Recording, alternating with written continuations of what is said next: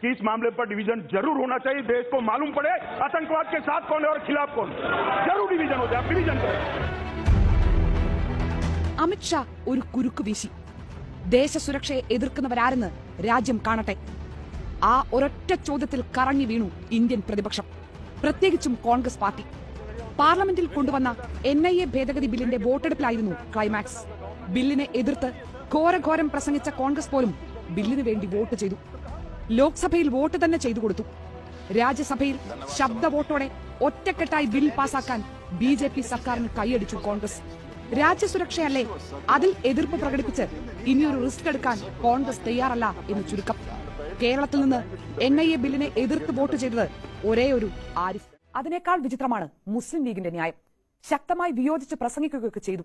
പക്ഷേ വോട്ടെടുപ്പിന്റെ നേരമായപ്പോൾ PK കുഞ്ഞാലിക്കുട്ടിയും ET Muhammad ബഷീറും ഇറങ്ങിപ്പോയി.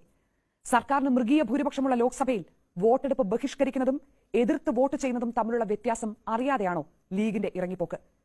പ്രശ്നം അവിടെയല്ല എന്ന് വ്യക്തം.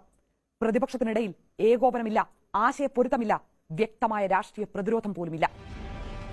കഴിഞ്ഞ ലോക്സഭയിൽ മുത്തലാഖ് ബില്ലിന്റെ വോട്ടെടുപ്പ് ദിവസം സഭയിലില്ലാതിരുന്നതിന്റെ പേരിൽ ഏറെ പഴികേട്ട നേതാവാണ് PK കുഞ്ഞാലിക്കുട്ടി.